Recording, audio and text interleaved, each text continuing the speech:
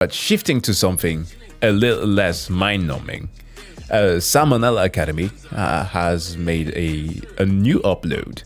Last time I remember watching the video he made on the inventions, the weird inventions of the past. So now there's one on Zhang. I can't pronounce this correctly. Sorry about that. The Dogmeat General. Zhang Zongchang. Never heard of this character.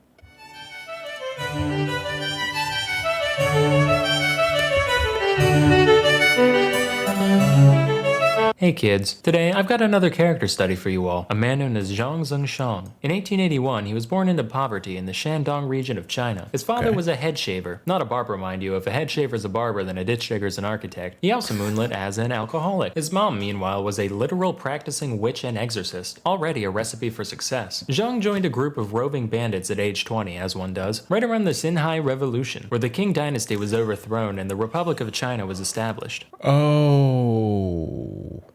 We're dealing with those characters, eh? This is right before the Great Famine. I'm kind of scared. Okay, let's keep watching. In 16, the kidneys of the nation's widely disliked monarchist leader done shat the bed, causing a power vacuum that ultimately led to what is known as the warlord era of the Republic. During this time, different regions of China were constantly shifting hands between a collection of separate military groups, all of whom were ruthless both to each other and to the people they ruled over. And through charisma, favors to the right people, and a keen sense of military pragmatism, our humble highwaymen soon came to be one of these warlords. Now, Zhang was quite skilled as a leader of war. After the Russian Civil War, he recruited thousands of fleeing white Russians, not beverages, but Bolshevik butchers, which bolstered his battalions and brought big bonuses to his bloodshed. He also made efficient use of armored trains, which proved to be highly cost-effective at transporting large amounts of troops and supplies. But that's not what you people care about. You want some clownage. Well, rest assured, Zhang was quite the character. Now, we all know the age-old debate between positive and negative reinforcement. On the one hand, if you treat people well, you'll probably get the same treatment back later down the line. But on the other hand, nobody's ever taught a tiger to jump through flaming hoops with just pets and temptation. I hate that. I hate circuses sometimes. I once rode an elephant in the circus. I could have sworn perhaps I was like 13 or something like that at the time. I could have sworn that I saw the elephant shed a tear. I feel so bad for them. Very few of them are like ethical with the stuff they do. And for the most part, it's like the circuses that actually don't have animals.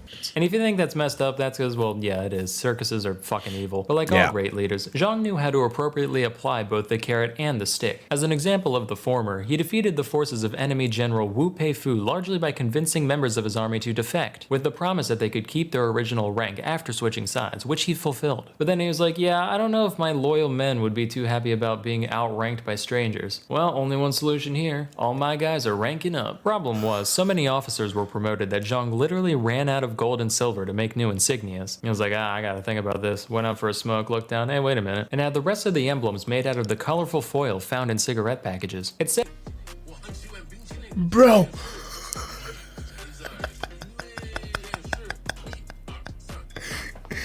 Oh no, that's primary school tactics. That's hilarious. Oh no, it gets worse. Okay, let's keep watching then. Said that during the promotion ceremony, people would look down and notice their little star already had a rip in it before the event was even over. But hey, there's still a colonel or poobah or whatever now, they can't complain. On another occasion, he proudly announced that he would either win an upcoming battle or return home in his coffin. And though Zhang was many things, he was not a liar. So after he ended up retreating, his men paraded him through the streets in a casket while he waved and sheafed on a cigar. So you're probably wondering why they called him the Dogmeat General. At this point, my head was swimming with lurid fantasies about him eating dog flesh or wearing dog flesh or eating dog flesh. Turns out, nah, he was just real into pai gao, of which the act of playing was colloquially referred to as eating. Okay. Clever. Just because of his lavish lifestyle then. And how we wasted a lot of resources on gambling and playing this. Eating dog meat. And also because he ate dogs. He was also sometimes jokingly referred to as... What? Whoa. Hold on, dude. You can't just drop a random... Colloquially referred to as eating dog meat. And also because he...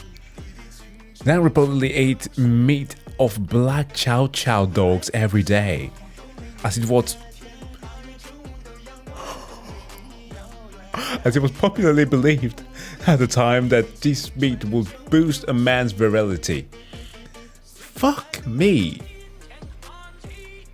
It's the same thing with the rhino horns. That's why we have all those white blind rhinos in Africa missing a horn.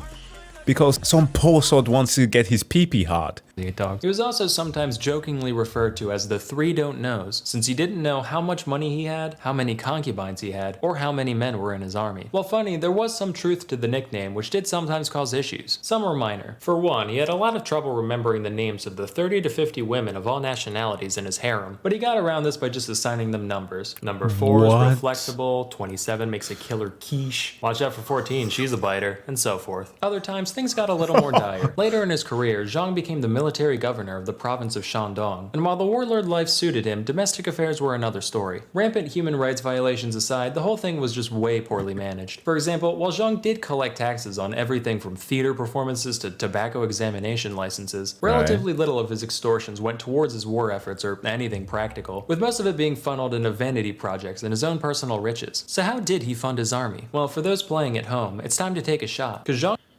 Inflation. Inflation. He printed out money.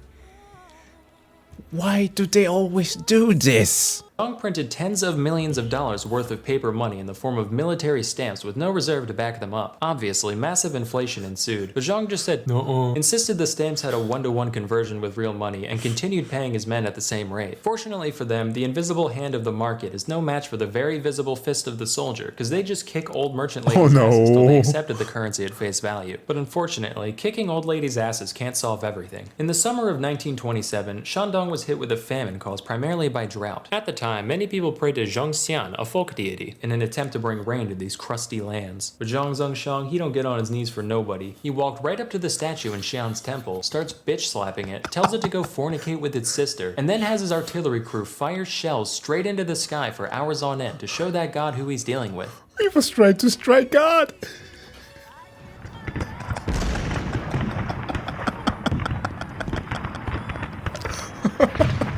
Few moments later.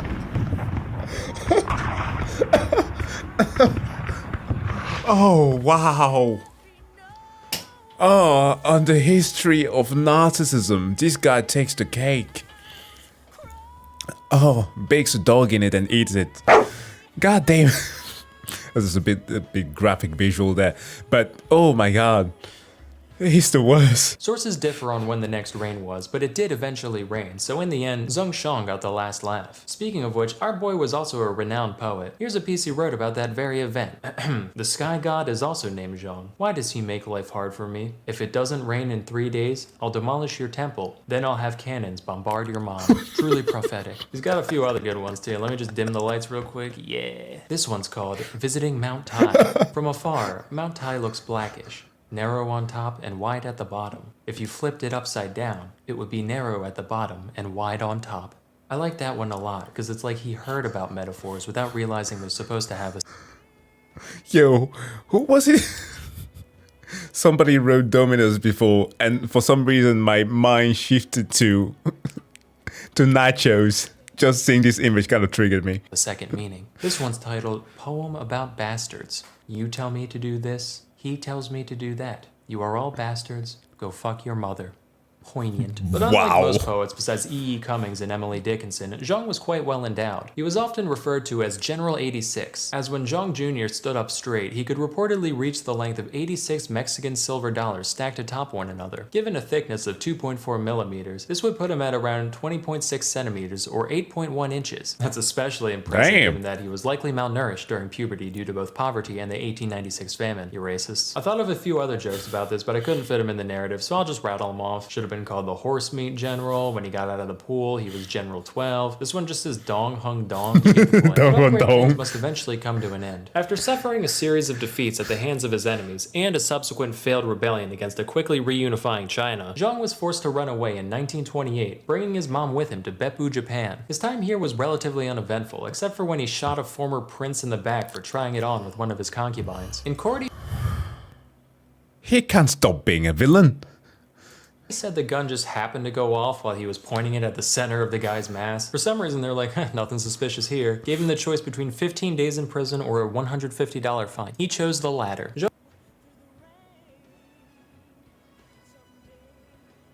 I don't know what to say here.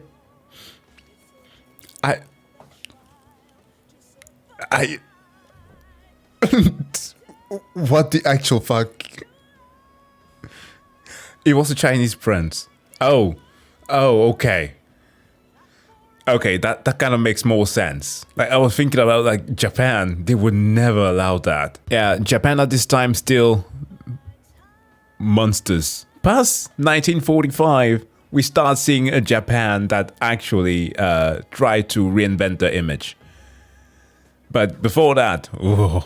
Zhang's story finally came to an end in 1932 when he went back to Shandong not as a conqueror but as a visitor. Unfortunately, it seems it takes people more than 4 years to get over murder because he was unceremoniously assassinated by the nephew of an officer that he had executed. All in all, Zhang left behind quite a strange legacy. Given the litany of horrible crimes that I've seemed to kind of gloss over, he's generally regarded as the stinkiest stain of an already messy portion of the tapestry that is Chinese history. The only remaining question is if one can truly separate the art from the artist. During his rule, Time magazine described him as China's basest warlord. I'll let you decide whether or not they forgot the DE. That's all for today. Till next time, I'm Salmonella, and I'm hiding in your fridge.